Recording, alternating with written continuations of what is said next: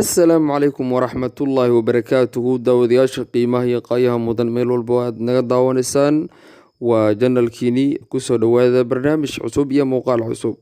aad baan idiin salaamayaa maanta muuqaalkan aan ka hadlayo waa dareemaysaan waxaan kaga hadlayaa waa dhalinyarada tan oo ayaantan baraha bulshada aad ugu badneed dhaqan xumada ay soo kordhiyeen iyo waxyaabaha dadka ay ka yiraahdeen iyo sida looga falceliyay iyo waxa kan ay sameynayaan halkii ay ka keeneen soo dhawaada mar labaad daawadayaal dhalinyarada tan aad u jeedaan waxay sameynayaan waxyaabo aan dhaqanka Soomaalida iyo diinteena Islaamka ay suuban midnaba aan ku fiicnayn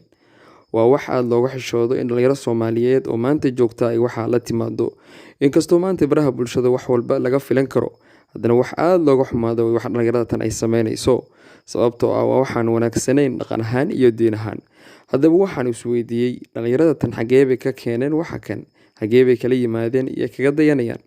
maxayse tahay ujeedada ka dambeysa inay sidaan yeelaan waxaan ogaaday inay tahay ujeedada ka dambeysa waxa inay sameeyaan inay tahay inay shacab ku helaan ama YouTube-ka ay dad badan kaga helaan oo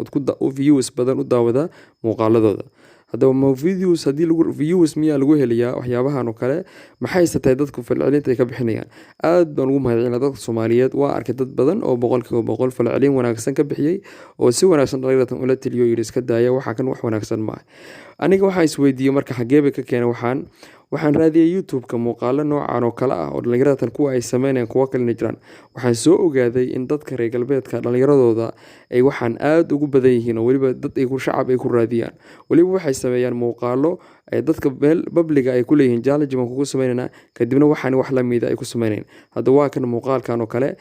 ninkan dhalinyarada ah oo hadda aad arki doontaan wuxuu sameynayaa sida ay kuwan sameynayaan oo kale wuxuu leeyahay challenge weeye markuu dhaho challenge kaaga guuleystana wixii buu sameynaya marka wax wanaagsan maaha dhalinyaro waxa laga waanto aad u maasantii